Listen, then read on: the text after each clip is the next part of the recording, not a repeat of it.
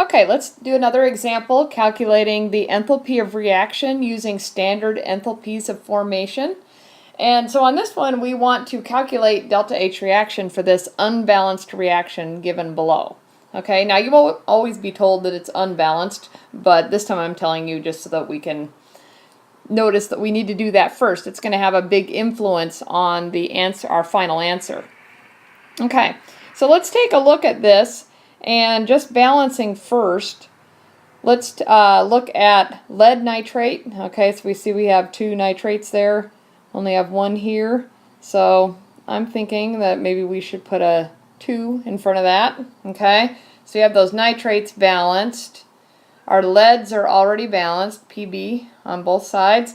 And we see that we have two sodiums since we put that coefficient in front of sodium nitrate. So let's go ahead and put a 2 in front of sodium metal also. All right, now we're given standard enthalpies of formation. We're only given 2 of them. Okay, so there's another little thing in this problem.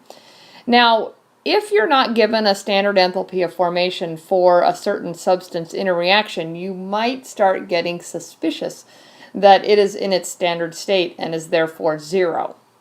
And so in this case, sodium metal and lead metal are both in their standard state in this reaction. Okay? So we've balanced the reaction, and now we're ready to use these standard enthalpies of formation to get the delta H reaction. Okay? So let's write down our general formula that we've been using. Okay? And it is the sum of the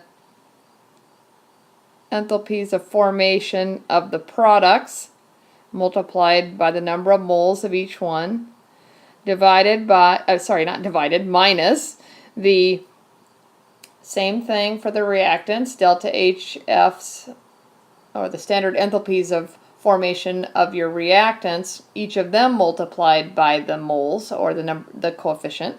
Okay? Alright, so let's go ahead and fill in our substances. Okay? So we have delta H reaction, and we're going to do products first. Okay? So here are our products. So we're going to do 2 delta HF sodium nitrate solid, okay, and minus 0, okay, because lead is in its standard state. And then we're going to subtract off the whole quantity. Okay, so 2 times 0, okay. Actually, let me just go ahead and fix that, put it in the way that we've been writing everything else. Okay, so we're looking at sodium here, so 2, and that's in its standard state, so that's 0. And then plus, we have lead nitrate, so let's find lead nitrate, and coefficient is 1, so the delta HF of lead nitrate. And that's a solid. Okay, so now we are ready to actually plug in our numbers. Okay, so delta H reaction is equal to, first, 2 times the sodium nitrate heat of formation, and that is negative 467.9 kilojoules per mole, and I'm going to leave those units off just because of room on the screen. Okay, we'll put the units back on at the very end. Okay, so that's our first term, and then we're going to subtract off the quantity. Okay, so 0, and then plus 1 times negative 451.9, and that'll be kilojoules per mole.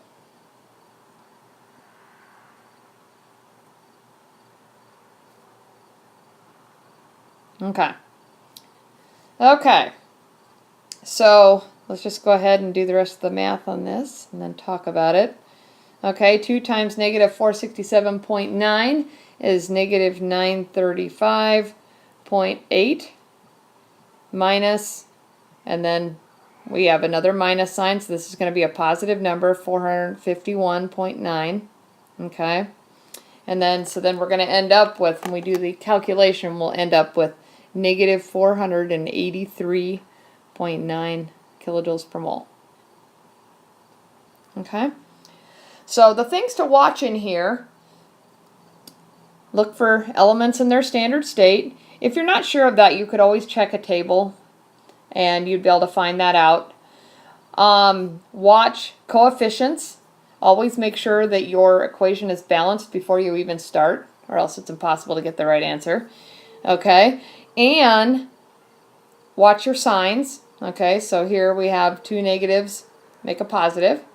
Okay, and overall we have an exothermic reaction.